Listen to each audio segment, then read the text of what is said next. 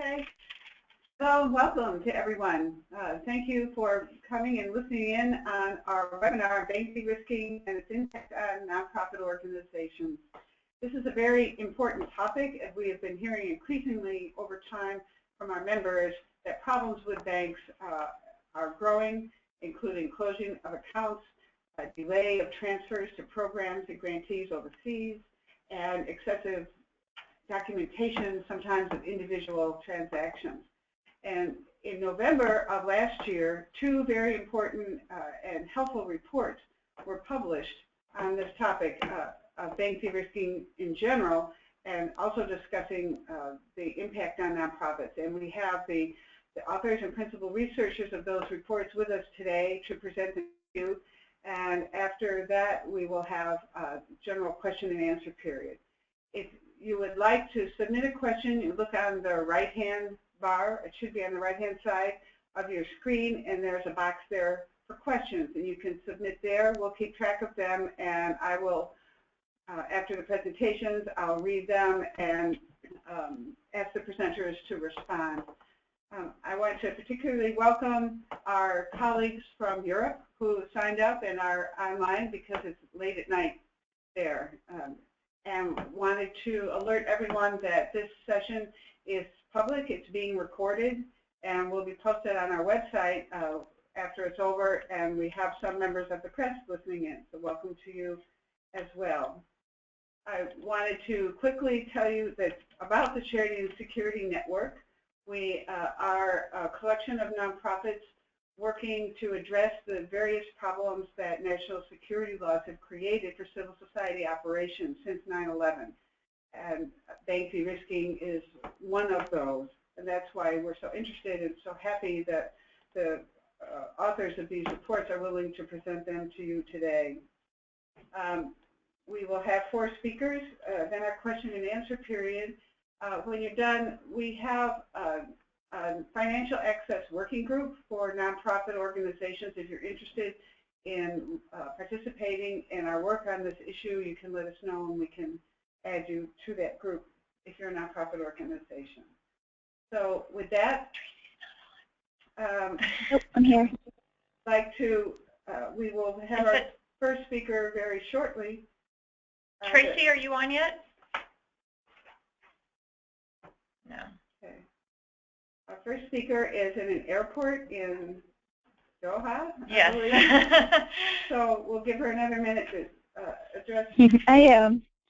Oh, here she is. Okay. All right. I'll hold up the cover. I'm here. Yep. Sorry. From the Global Center on Cooperative Security in Oxfam, America. And Tracy Durner is an analyst at the Global Center. She specializes in financial inclusion issues, including anti-money laundering and counter-terrorist financing and bank de-risking. Focusing on the Greater Horn of Africa region in particular, she has co-authored and contributed to reports on countering violent extremism and AML-CSC topics, and assist in design and implementation of regional capacity building programs. So Tracy, welcome. We still have you there, Tracy? We've lost her. I don't know. Lost that connection. Yeah. Okay, well, we should go to our next speaker. Yeah. Vijaya? Hi, Kay, I'm here. Hi, Vijaya Ramachandran, principal researcher and co-author of this report, which is the unintended consequences of anti-money laundering policies for poor countries, also published in November 2015. Vijaya is a senior fellow at the Global Center for Development. She works on private sector development, financial flows, food security, humanitarian assistance, and development interventions in fragile states. Currently, she is looking at the unintended consequences of rich countries' anti-money laundering policies on poor countries and at better ways to deliver humanitarian assistance. Prior to joining CGD, Ramachandran worked in the Africa Private Sector Group of the World Bank and in the Executive Office of the Secretary General of the United Nations. He has also served on the faculty at Georgetown and Duke University. So Gia, thank you and welcome. Thanks Okay, very I think much. I'm back now as well, too. Sorry about that, think- everyone. Tracy's Do we back want as to? well. Would Tracy like to go first before me as we had originally planned? Sure. Since she's on, why don't we go ahead and do that before Yeah. we lose her again? Let's get Tracy. We have Sure. First, connection. yes, hi. First, my apologies to everyone for the technical issues. As I think was mentioned, I'm currently in an airport en route. So hopefully we will be able to stay on the line long enough, but if not, I'm sure my colleague Liat can fill in. What I'm going to do is first... Go ahead, I've done the introduction. Great. So what I first am going to do is give you kind of a brief overview of what de-risking is, kind of why it's important, and then looking at some of the drivers before my colleagues will then go into a little bit more depth on the specific sectors that are being impacted and what this looks like from a policy perspective. So de-risking refers to the closure of bank accounts for clients that are perceived as high risk. And what we've observed recently is a trend towards closures in money service businesses, nonprofit organizations, correspondent banks, and foreign embassies. And the key here is that this is the wholesale closing of an entire sector's bank accounts. The Financial Action Task Force promotes a risk-based approach to anti-money laundering and countering the financing of terrorism, which is allowed to allow for some flexibility to allocate resources based on various risk profiles. However, what we're seeing now is, again, a trend to the closing of entire sectors over perception of risk, rather than looking at an individual business and assessing their level of compliance and whether or not they are, in fact, a risk within their practices. This is important for a financial inclusion perspective. Money service businesses, nonprofits, and correspondent banks typically serve populations that are already struggling with limited access to banking or to the international financial system. And again, my colleagues will talk about that in more detail, but I'll take a quick minute just to highlight the importance of financial inclusion from a development perspective. So financial inclusion, when I use that term, I'm talking about the provision of affordable and accessible financial services, both through the informal and the formal financial sector. De-risking stands to significantly add to financial exclusion, which will have an impact on the developing world, most importantly. Pretty much most of the world's 2.5 billion unbanked adults currently live in developing economies. And at an individual level, expanding financial access for these groups can help promote savings, mitigate against economic shock, and encourage long-term small and medium investment. On a macroeconomic level, expanding financial inclusions can help countries manage cash flows, build assets, and manage risk. Financial inclusion also has benefits for anti-money laundering and countering the financing of terrorism. It can help reduce reliance on cash economies and promote increased transaction monitoring throughout the global system. So now we're looking at kind of what is driving some of the factors of de-risking and why are the banks making the decision to close these accounts.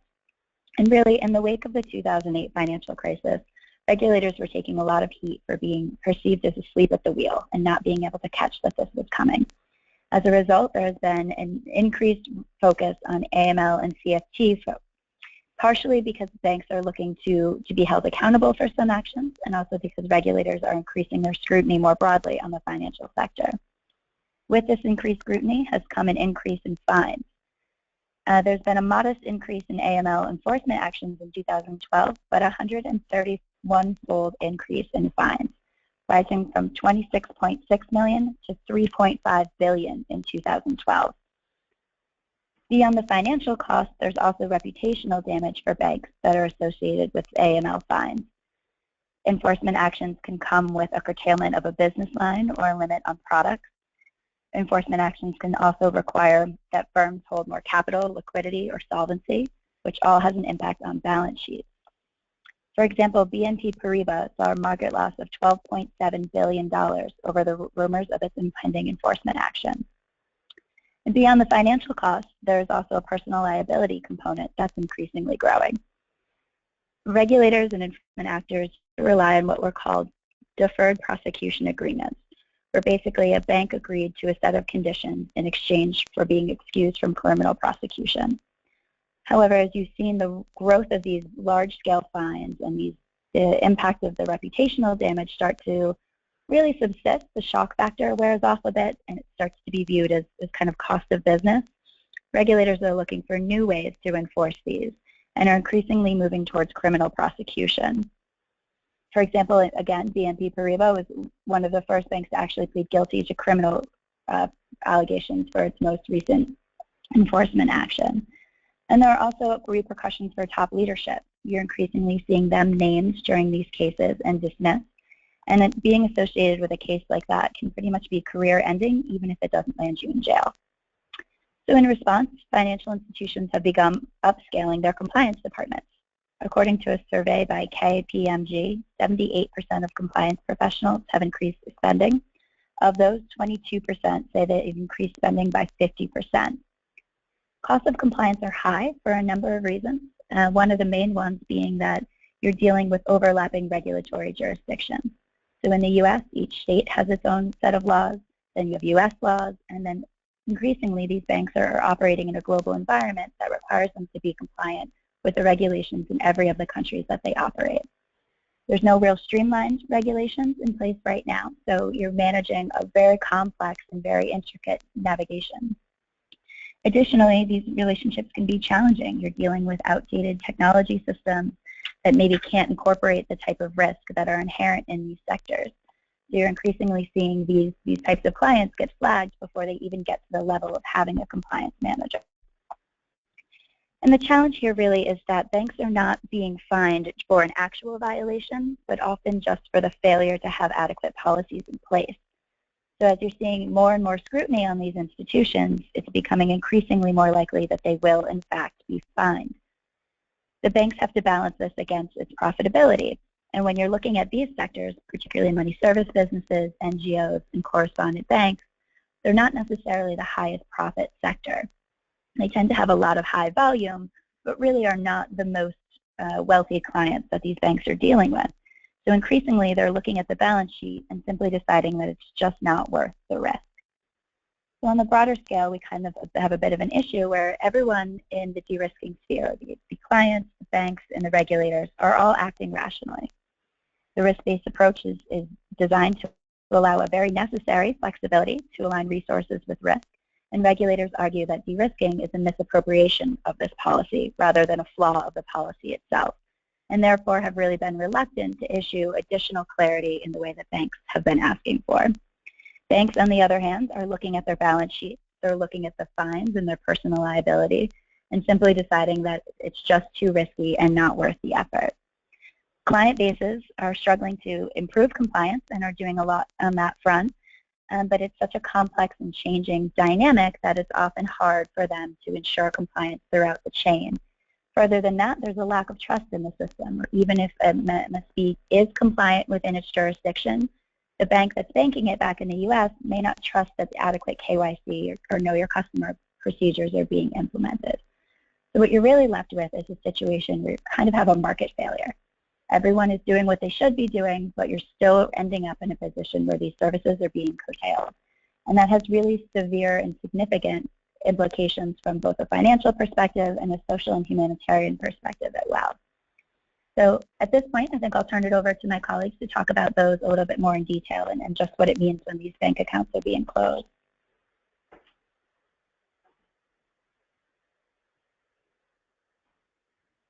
Okay, Vijaya, are you ready? Yes, thank you, Kay, and thanks to everyone who's a lively discussion about this set of issues that Tracy has outlined very clearly.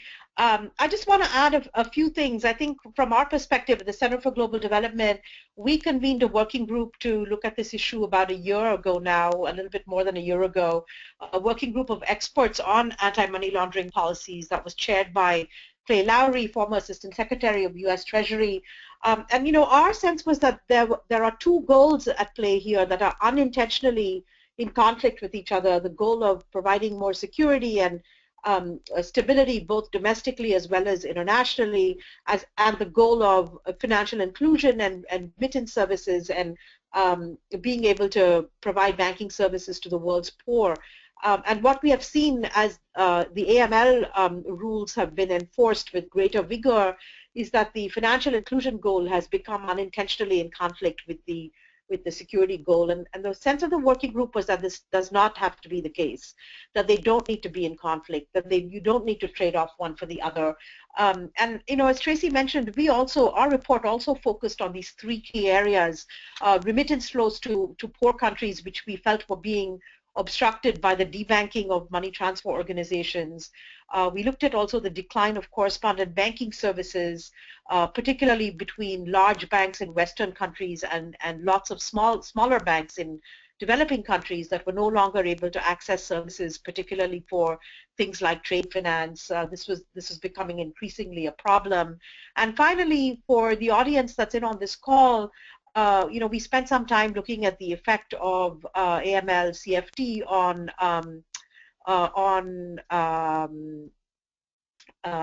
the provision of humanitarian aid, particularly in conflict zones and in zones that are regarded as fragile. And there again, we found a lot of anecdotal evidence that nonprofits were having a hard time in terms of being able to provide services to folks in the field, particularly in countries that were afflicted by natural disaster or by conflict. And so we set out to look at whether de-risking is part of their explanation for these phenomenon, and it's very hard to do it because we don't yet have the best data. We don't have a lot of data. The data are weak. We don't think it's a systemic problem, but we think that it's a quite significant problem in certain circumstances. And even while the data are weak, we thought that there are a few things that we could say, that we could recommend that might address this problem, given that we do have an abundance of anecdotal and other types of descriptive information that suggests that de-risking is a serious problem and it's something that we should be thinking about carefully. So our group came up with 5 things, and I'll just go through them very briefly. At first we recommended that an evaluation be done, a very careful evaluation be done, rather than assessment of what has happened in the last few years due to the increasing vigor of enforcement of AML CFT regulations. We ask for better data, both in terms of generating data as well as sharing existing data, particularly data that sits within financial intelligence units in rich countries. We also ask that the Financial Action Task Force strengthen its risk-based approach, that it helps entities to apply it in a more careful manner and a more thoughtful way, rather than kind of the wholesale de-risking behavior that people are complaining about across the banking sector in poor countries. And then we ask, for nonprofits and for banks to improve compliance, because there's certainly room for improvement there, particularly with smaller entities, and perhaps the larger entities could help the smaller entities with doing better compliance. And finally, there is a whole revolution in identification.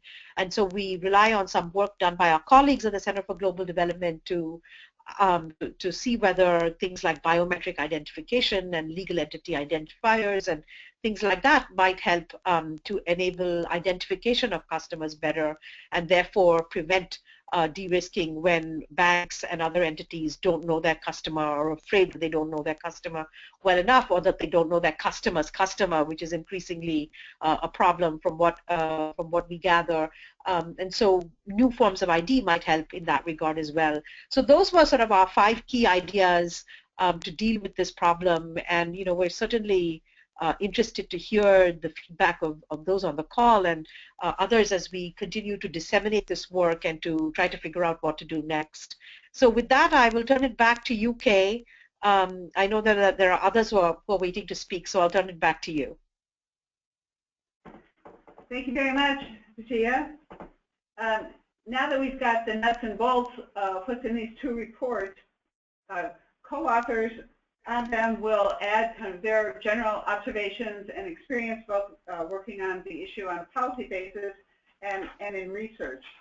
First, we'll have Scott Paul, Oxfam America's Senior Humanitarian Policy Advisor, focusing on East Africa and a range of cross-cutting humanitarian issues. He has previously worked at Civic, an organization that seeks to make warring parties more responsible to civilians, for the U.S. House of Representatives, for a number of organizations focusing on human rights, HIV/AIDS, and election in the former Soviet Union. He's been a contributing writer to the policy blog, The Washington Note, and a frequent speaker on U.S.-UN relations, human rights, climate change, and U.S. public engagement on global issues. So thank you, Paul. Scott? Thank you. Go ahead. Thank you, Kay. Appreciate it. I wanted to start just by discussing a bit about how Oxfam became interested in the very important, but until very recently pretty obscure topic of bank de-risking. We became interested in the winter of 2011-2012 in the midst of a very, very big humanitarian response in Somalia.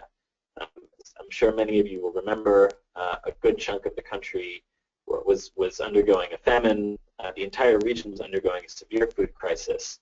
And in the midst of that crisis, a number of Oxfam's humanitarian partner organizations that were Somali came to us and said, we're incredibly dependent on humanitarian assistance right now, but even more so on remittances for our survival and livelihoods.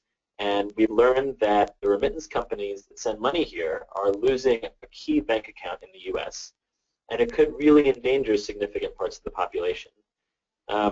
So that was our first introduction to bank de-risking. We subsequently issued 2 reports on that very narrow subject and found, among other things, that remittances account for 1/3 of Somalia's entire GDP, and that most of that money is used to meet people's most basic needs.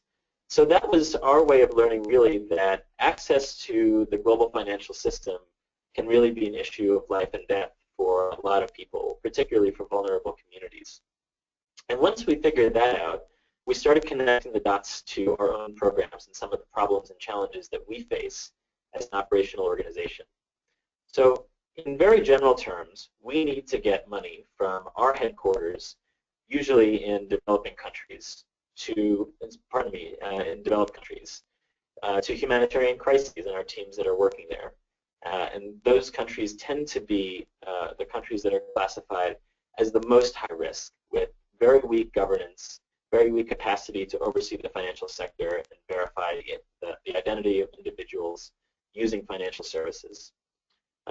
So ordinarily, in most situations where we transfer money from country A to country B, what we look for is a direct correspondent relationship between a bank where money is being sent, say in the U.S., for example, and the money the country where we want money to be sent to.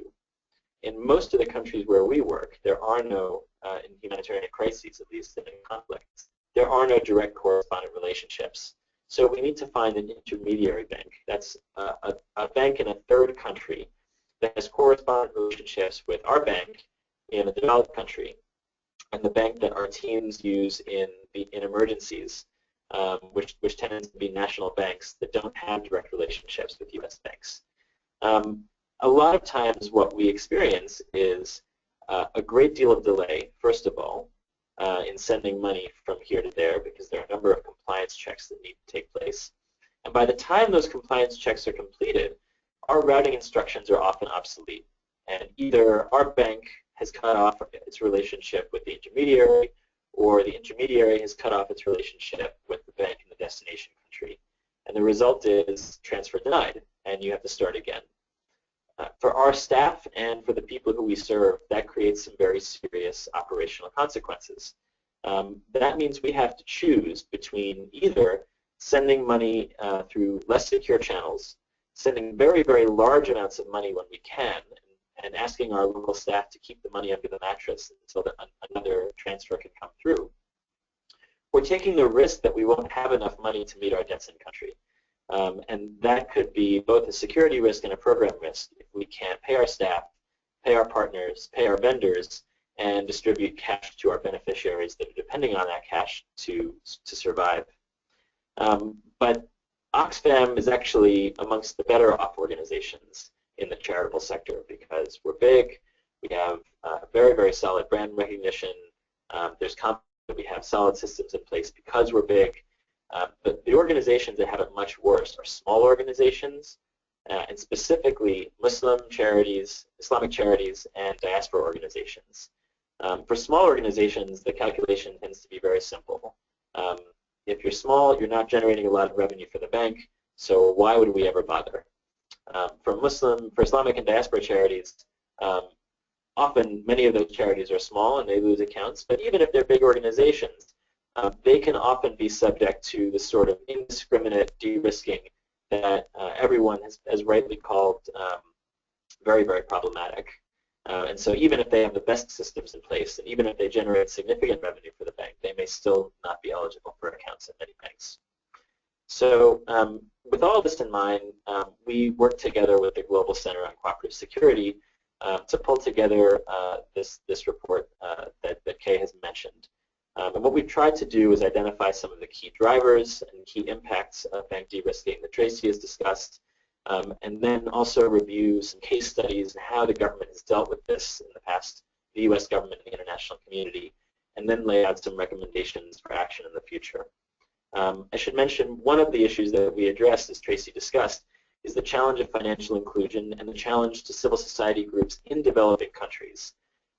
Whereas banks in developed countries face the challenge of having to deal with their regulators, that usually in this country, the federal banking regulators. In developing countries, they have individuals and organizations that are considered high risk not only need to face a regulator, as the organizations do, but they have to deal with a bank that itself is very mindful of maintaining its foreign correspondent relationships, particularly those in the U.S. that transact U.S. dollars. And in recent years, there's been a great deal of pressure from U.S. banks on foreign institutions to reduce their risk profiles. So that's resulted in difficulties for local humanitarian organizations, local human rights organizations, and also for financial exclusion and cashless finance mechanisms that have really expanded financial services to many populations that haven't been eligible for traditional bank accounts. So what we need now is a couple of things. To address the issue of bank de-risking in a general sense, and that's the idea that banks are just sort of indiscriminately pulling out of entire sectors without looking at the individual companies or individual organizations that they're debanking. There needs to be a great deal of confidence building measures, a great deal of communication, work together between the government and the private sector and the customer base. But then beyond that, there needs to be a reckoning with the fact that even if banks very, very individually go through each customer, there are still going to be customers, it appears, and perhaps even entire sectors that are unattractive customers to banks. And there is a really big conversation taking place now within the U.S. government, within the private sector, about what to do about that. Is it de-risking if banks individually look at companies and organizations and maybe even sectors and say, we don't make enough money on this to continue banking this company? And no matter if they're doing everything right, no matter if they're providing a valuable service, we've looked at what they're doing and we can't continue to do it. From our point of view, we need to get the two things absolutely right. In the short term, we need to be able to have a fix at the sharpest edge of bank de-risking. So when lives are at stake because of the global financial system, there needs to be a regulatory solution or an operational solution that governments are prepared to carry out to make sure that people don't lose their basic livelihoods as a result of de-risking. And secondly, there needs to be a bit of a reconceptualization of what de-risking is. And Vijaya mentioned this very well, and I think described this very well, that you have these two historically complementary goals of security on one hand and expanding access to financial services on the other. And unfortunately, a risk-based regulatory regime that only really thinks about money laundering risk and terrorist financing risk. So what we would say going forward is we need to see a risk-based approach that really considers the impact of banks' decisions and regulatory decisions on humanitarian risk and financial exclusion risk and development risk, and frankly other foreign policy risks, the United States and other countries that are carrying out this regulation. So I'll stop there and turn it over to my colleague and our co-author, Liat. Thank you very much, Scott. Next, we'll hear from Liat Choutret, who's a senior fellow at the Global Center on Cooperative Security. She focuses on financial integrity and inclusion, anti-money laundering, and countering terrorist financing, as well as de-risking and the use of internet for counterterrorism purposes. His award-winning security policy expertise in Middle Eastern and African affairs, and in particular on issues related to law enforcement and countering violent extremism. Previously, she worked at Citigroup and on the House of Representatives Homeland Security Committee. Welcome, Liat. Thanks, Kay, and thanks to everyone on the panel. Good afternoon and good evening, everyone who's listening in. Thanks for joining us today on bank de-risking. So before I specifically get into the topic of money transfer services, which we cover in the report, I just wanted to kind of zoom back out into the general approach that we decided to tackle this report with. One of the things that our conversations across the board with banks and other financial institutions and regulators, supervisors, money transfer services in general raised is that all the actors in this particular sphere are all behaving quite rationally, and they're all behaving quite logically in interests of their own agenda and in terms of protecting their own institutions. So the banks are operating as they ought to, government is operating as they ought to, and regulators are regulating. When we sort of looked at it from that perspective and really fleshed out of each particular stakeholder in this arena, we kind of realized that what we're really dealing with when we look at bank de-risking as a problem is really a hot potato problem, sort of the shifting the problem from one grouping to another. And as Tracy mentioned, and Scott also just reinforced, it's somewhat of a market failure. We reach this impasse where we're seeing an aggregate effect of a variety of clients that are losing their stakeholders that all together really accumulate specific sectors and industries, for example, money transfer services. So in the past, as we discuss in our report and conclude from a variety of case studies, the solution for market failure situations is really government intervention. And that's a point that we emphasized a few weeks back while in Washington, D.C. and presenting these reports, that there really needs to be some element of government intervention to really force a solution that really promotes how is it that MSBs are going to be banked and so on. So just in terms of zooming in on money transfer services, as many of you probably know on this call, it's a diverse sector. It's made up of a grouping of organizations that are really quite large or small, focused with a variety of outlet locations, for example, grocery stores, drugstores, pharmacies, convenience stores, or to the much more robust and sophisticated type of MSBs. And this may also include, for example, regional networks, so the post offices or banks or other MSBs.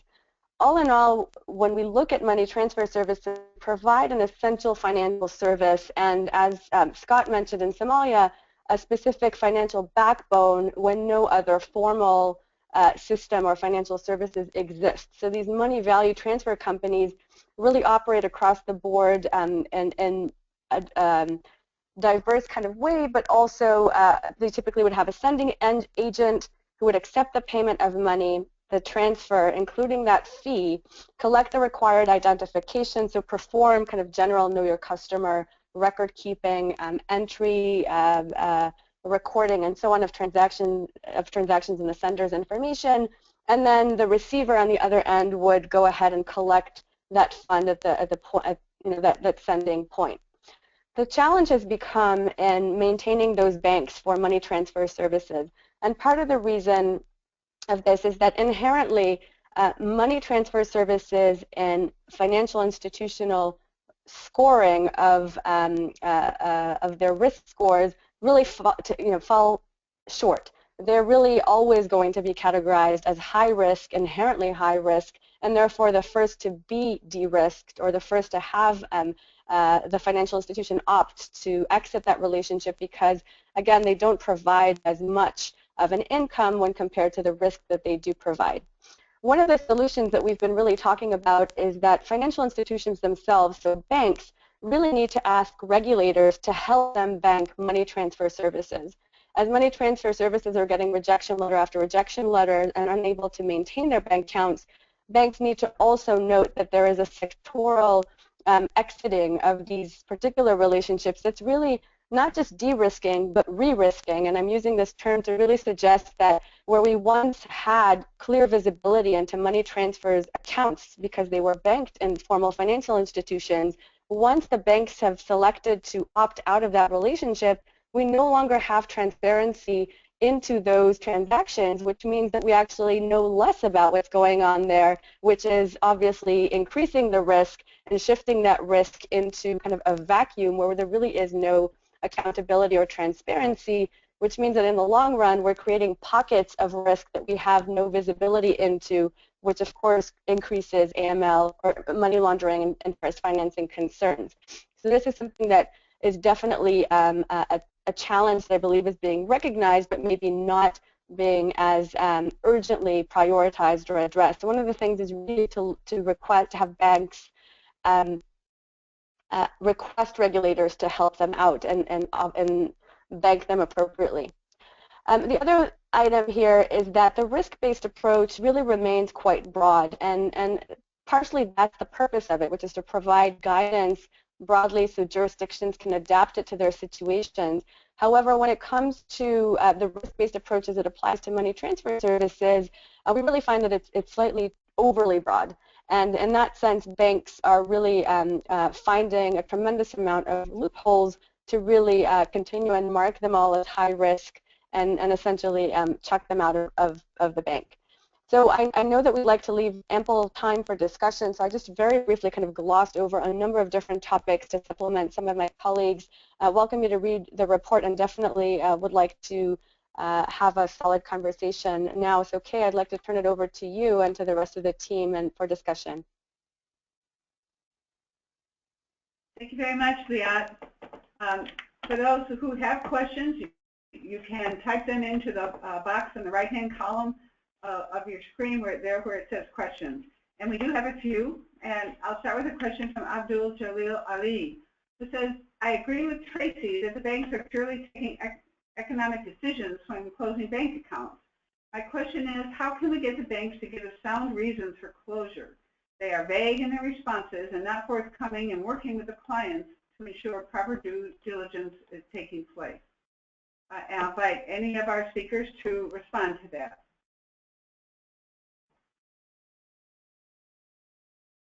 This is Tracy. I'm happy to speak a bit, and then I'll allow my colleagues to jump in as well. I mean, I think that's part of the challenge, right, is you're dealing with large financial institutions who are already spending a fair bit in compliance, but it's not really trickling down to that individual level where they're coming to see the compliance practices that are in place with the MSBs and the NGOs and really getting to know their customers.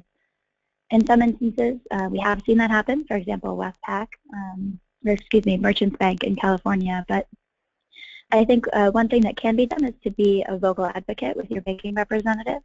And also, I think what really needs to happen is additional discussion between all three parties at the table to openly and frankly discuss, these are the challenges, this is what we're facing, because that data does exist. The financial institutions do know where things were flagged, but wherever it's being collected, it's not public. It's just been a challenge to aggregate, which has been difficult in assessing who is being impacted and how they're being impacted, because right now that data just isn't available.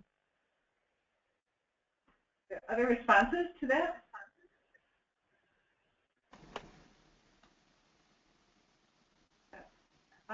Do any of the speakers know, as far as I'm aware, there's no legal requirement in the United States for banks to provide customers with information about why their accounts are being closed. Anyone knows of any other requirement? We'd love to hear about it. There isn't. You know, one thing I'll say about this is I think it would always be useful to have, as Tracy said, a frank dialogue with the bank. I think it'd be helpful on both sides. I think the bank would get a better idea of the customer's due diligence. The customer would have a better idea of making decisions. But you know, the thing that I want to stress from my experience is it's very rare that a bank closes a nonprofit account or an MTO account because of one particular deficiency or because of one particular driver. we have Dahab Shields, which is a Somali money transfer company's lawsuit against Barclays, to thank for really opening the book on one big massive de-risking of money transfer companies. And essentially what it showed is they did a risk assessment of their engagement in the money transfer sector, and they listed about 6 or 7 different factors that they consider.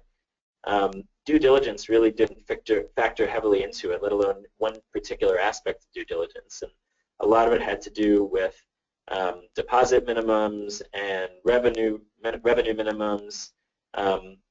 So I completely agree with JC. I think it would be helpful to have a dialogue back and forth, but I think to expect a one-page written response enumerating specific reasons for bank account closure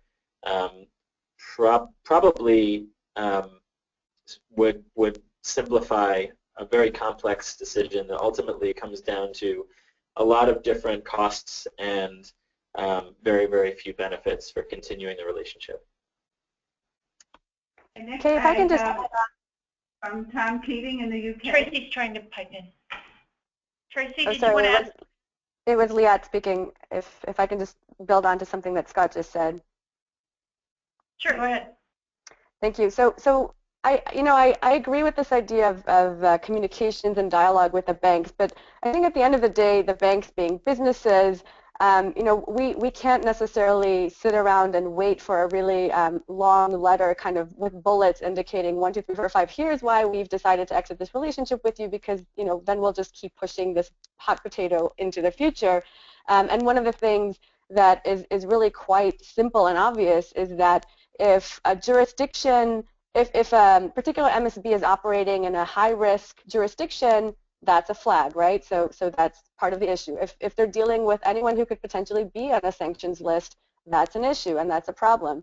If a particular MSB is reluctant to provide any materials that support the Know Your Customer profile, and many are because they themselves are suspicious of the banks and aren't looking to furnish all the information of who sits on their advisory board and what all the information that's needed, that's also a red flag. So in a way, it's almost simple to understand why the bank accounts are being closed. The question is, going back to kind of the main tool of the trade and a risk assessment, how do we mitigate that risk? Because having risk is not the problem. There's going to be risk. It's a globalized economy. We're dealing with high-risk jurisdictions across the board. The question more that we need to kind of be really digging deep into, how do we mitigate that risk, particularly in the high-risk jurisdictions, noting that from a financial inclusion perspective and from an economic development perspective, that's a clear priority. I would even argue from an anti-money laundering perspective, that's a priority. So how do we mitigate the risk rather than risk is a problem, let's all run away and throw the hot potato into the DeLorean? I'm now going to move to the question from Tom Keating. What would government intervention look like? Short question, not easy. I I think Tom always poses great questions. What would government intervention look like? That is a very difficult question to answer. But I think we all have different ideas about how we might try to make government smarter in dealing with this problem. Something we looked at in our report was the very wide range of regulations that are out there. Certainly when you look at the rich countries, the US, the UK, others, there are multiple regulators issuing multiple rulings and guidelines and implementing laws in different ways. I think that has caused quite a lot of confusion, particularly with smaller players. And in the US, in our report, we catalog 33 agencies or sub-agencies that are either directly or indirectly involved with anti-money laundering regulations, laws, implementation, guidelines. So I think there's room for improvement in terms of government doing this smarter.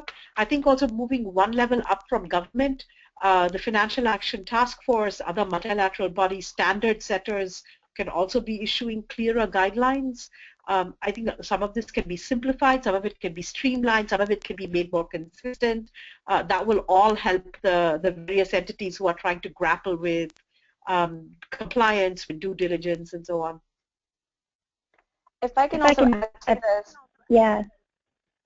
Just a few points with regards to very clear intervention points for government. As Vijaya just said, speak with one voice. There are over 30 regulators in the U.S. that are all providing different, often conflicting information, maybe older information that hasn't been updated since 2008. Update the manuals, update the bank supervisions, examination tools, give them clear advice that's been consolidated across all regulators to include some sort of order to chaos between state and federal guidance. And the main service that I think a government intervention should be very critically providing at this time is to use its ability under the Patriot and BSA Bank Secrecy Act to share information with regards to the scope of the problem that we're actually dealing with. I think there's a lot of speculation, there's a lot of anecdotal information, but what is actually the problem? How big is it? Who is it affecting? Certainly we can get that information if the various entities that are holding on to those different bits can just talk to each other and share that information publicly. And I know, Tracy, you probably have a lot more to add here. I do have one bit. I first agree with everything that's been said there. And I think one of the areas, that we have seen, and one of the main challenges we're having is really that financial institutions feel as though they have moved from just being a watchdog to assuming the enforcement burden.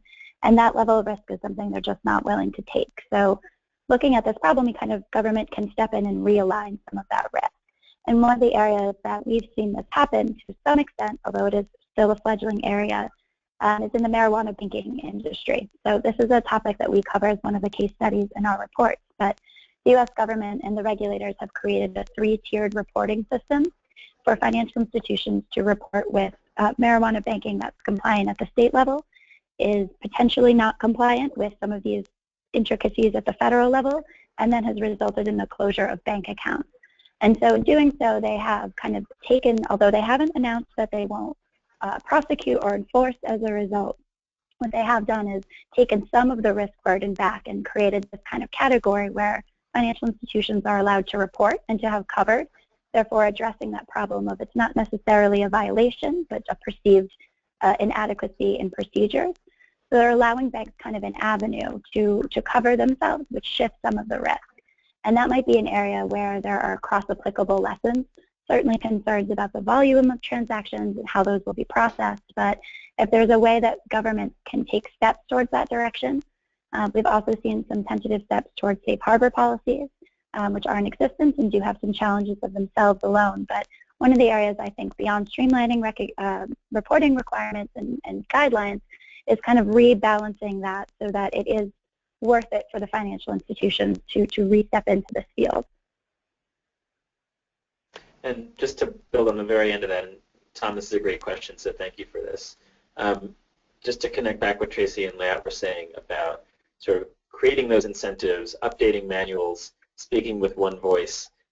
To me, this comes back to making the risk-based approach cognizant of other risks aside from terrorist financing risk and money laundering risk, and somehow bringing development, humanitarian risk, financial exclusion risk back into the conversation.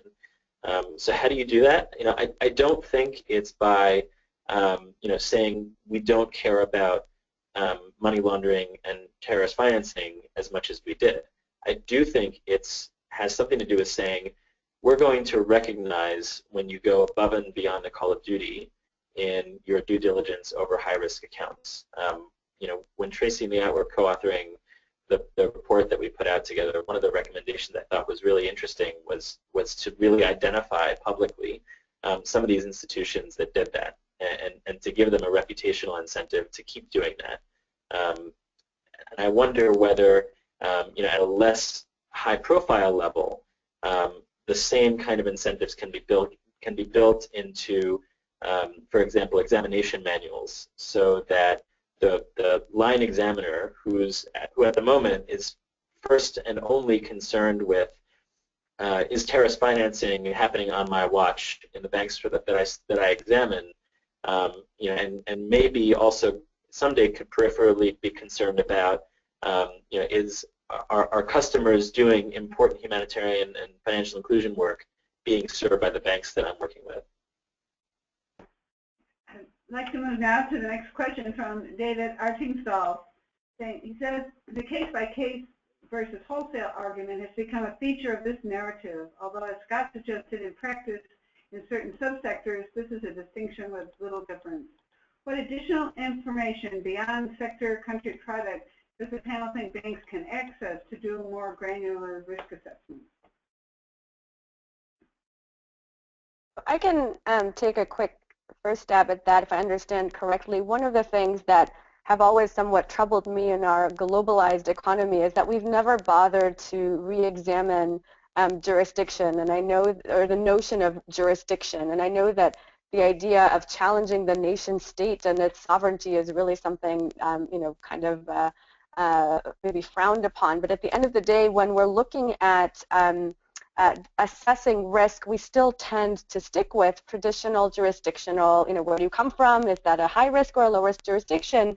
And there's a whole other range of shades of coloring to that particular map that we can provide. And the best example nowadays, I think, is going back to Somalia once again. You know, Somalia as one unit, sure, it's a disaster area. Everybody's dying. Al-Shabaab is blowing up everything. It's terrible. But if you break down the jurisdiction of Somalia into actual regions, and you look at Hargeisa versus Mogadishu, and you look at other areas similar, you know, you just break it down, and that concept of country level is it's further broken down to province level or to other regions. You'll see that sending to those particular regions may not be as dramatically terrible and awful as the word Somalia and its negative connotations have developed over the years.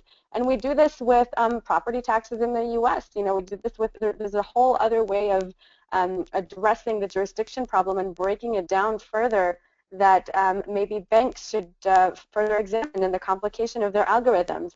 One of the things that, you know, I would just mention is that many of the big banks are really a product of mergers and acquisitions of a variety of other banks. And so oftentimes the technology systems that are required to produce these fancy, sophisticated algorithms that will take a place like Somalia and break it down further doesn't happen because those systems don't speak to each other on a very basic IT level.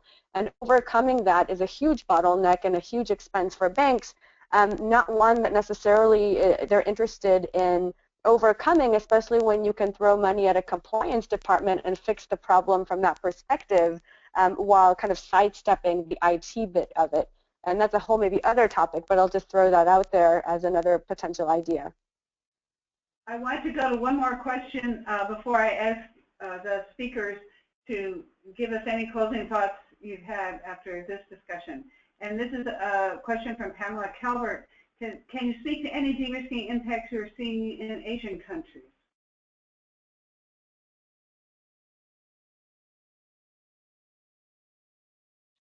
Okay, let me take a quick shot at that. You know, it's difficult to know country by country. There's not a lot of data out there, but there are people trying to release more data and gather some data. And I want to point the participant to the two World Bank reports that were recently released on the decline in correspondent banking relationships. That's quite useful, I think, to have a look at that. And in Asia, the countries that are, one country that's particularly affected by this phenomenon is Pakistan. And again, you know, what Liat just said is extremely important. Pakistan, if you break it down, there are some regions that are high risk, high conflict, very unstable. There are other regions that are very safe, very stable, lots of commerce, but it's being considered as one entity. You know, it's considered as a single entity. There's not much attempt made to distinguish what used to be the Northwest Frontier Province from, say, Lahore or Islamabad.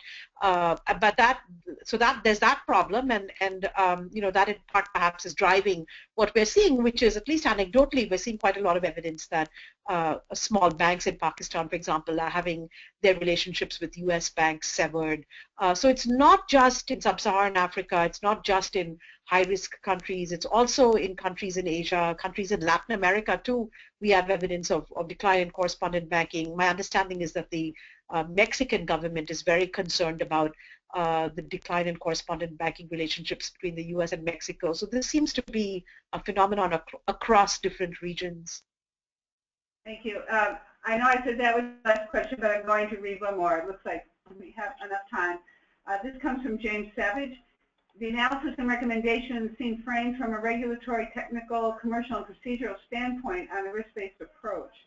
How would a rights-based approach inform or change the dialogue with and the recommendations to actors, especially from a freedom of association perspective, looking in particular at FATF Recommendation 8? I think this may go to what Scott mentioned as considering a broader set of factors than banks currently seem to be in terms of just profitability and risk of enforcement action. Yeah, and I can elaborate just a little bit to say if you have a regulatory regime that considers terrorist financing risk and money laundering risk on the one hand, as well as humanitarian and development and financial exclusion risk on the other, the latter really should be considered in a rights-based approach. In other words, if there's no legitimate reason for burdening your right to access the financial system, we should be operating within a framework that facilitates your access to the system.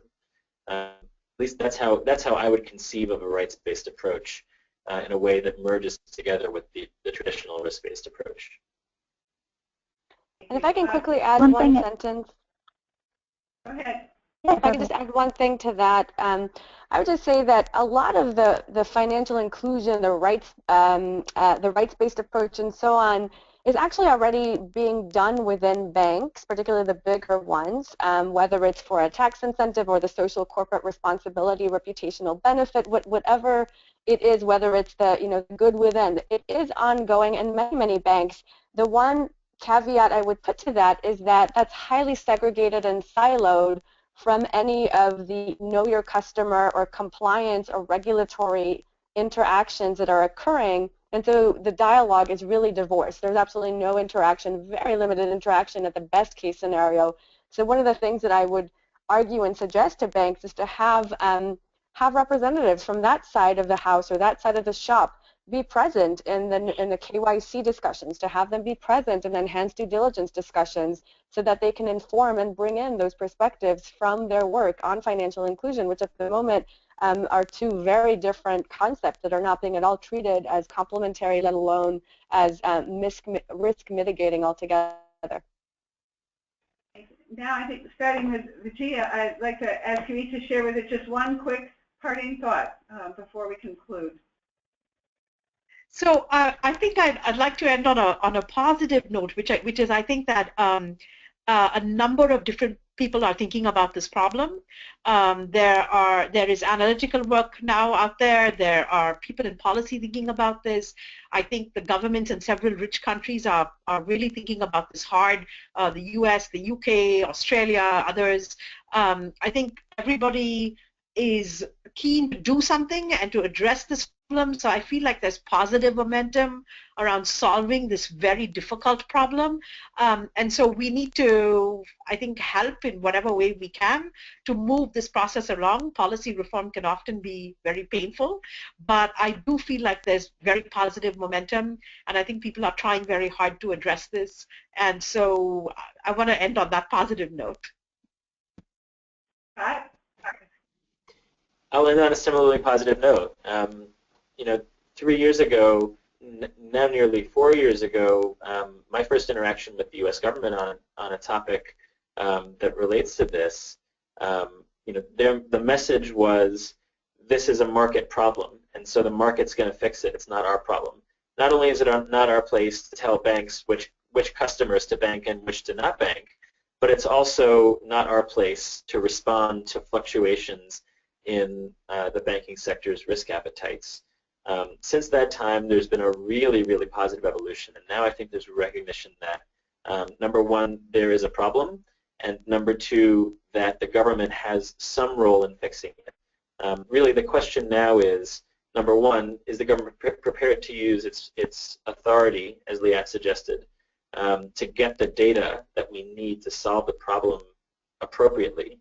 And number two, as we solve the problem, are we doing it to sort of tinker with the risk-based approach as it exists now, or are we going to consider, as the last questioner posited, whether we ought to conceive of a right to access to financial services, and whether that should be coexisting alongside money laundering risk and terrorist financing risk within the same regime. Hey, Tracy, are you still on the line? I am, yes, and I'd like to second everything that's been said about the changes in the conversation. And there are a number of actors looking at this in different ways. You have, the customer base trying to upscale its compliance. You have financial institutions looking at various ways. Regulators are looking at new guidelines. People are exploring this social good argument and looking at maybe if it should move out of the market sphere and into the social good sphere. And I think it's certainly a tricky problem. Again, that comes back to all actors acting rationally. But it's certainly an area that I think in the last few years you've seen an acceptance that it is a problem and that it does have implications beyond financial access, on development, on security. And that's a really positive piece. I think in terms of concrete next steps, kind of need to be mindful of the arguments and making sure that most of what you hear is the humanitarian impact that this is having. And that's certainly a valid complaint, and that's gone a long way in changing some of the discourse, but you're also still dealing with a financial institution whose baseline is profit. And so finding ways to align those two, because right now you're seeing a lot of stick and no carrot. So if we can find ways to reward banks that are banking these clients rather than punishing those who aren't, we might be able to take this positive momentum and translate it into a solution. Thank you, Liat. So all of the above, what's just been said, and also to add on that, AML and CFT goals are not in competition, nor do they conflict with financial inclusion goals, and economic development are just as important to security, and security to economic development. And us learning how to do that and in a policy and on an implementation regulatory perspective is kind of one of the big goals. If it were up to me, I would make it another MDG or whatever we need to do to prioritize this topic, but more so to push it into a foreign policy priority. It is a foreign policy matter. It's not just a financial matter. It's going to impact trade. It's going to impact countries as a whole. Mali, the conversation is a foreign policy priority and is therefore urgent. Thank you so much to our speakers. This has been a very insightful and informative discussion, very helpful. And the Charity and Security Network plans on moving ahead and trying to play a role in helping to bring stakeholders together, acting rationally, hopefully, and to get that broader kind of cost-benefit approach that looks at the value of the work that we do as nonprofit organizations in making this risk-based approach to be functional and workable. So we will be posting this event on our website shortly. I'm not going to put a time frame on it, so we don't have a deadline. But thank everyone for joining us, especially those of you who did so late at night. And we look forward to working with you in the future as we keep moving forward on this issue and hopefully devise some solutions. That's where our focus will be. So again, thank you very much.